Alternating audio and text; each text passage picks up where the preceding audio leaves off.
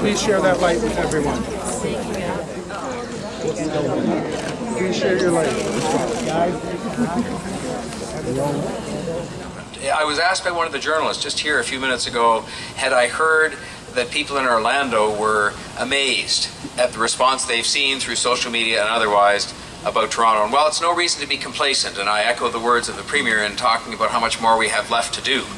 It is something that people in Orlando wouldn't be amazed about if they lived here and if they lived in the way that we do together. We are going to continue to work here to make sure that these kinds of acts are around the world, are things that cease to happen.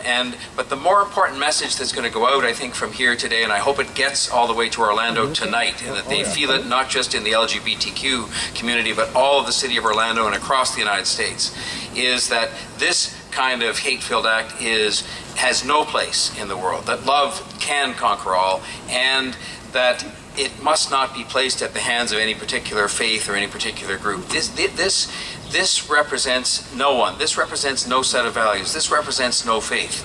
And I think this issues a clarion call to us to go forward and to make sure we redouble our efforts to do that, especially during Pride Week. Because there are horrible things that happen in the world, and the worst things are the things that we do to each other, that human beings do to each other. And the only way that we can combat that is by loving each other. There is no other way. So what we know is that homophobia cannot be fought with Islamophobia. Cannot. The more we love each other, the better off we will be, and the better off the world will be. So what happened in Orlando happened to all of us.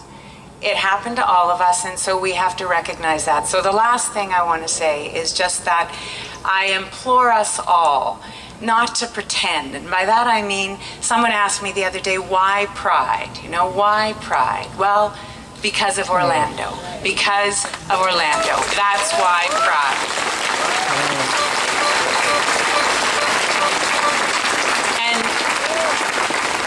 Let's not congratulate ourselves too much on having figured it all out here in Ontario. We are a beacon.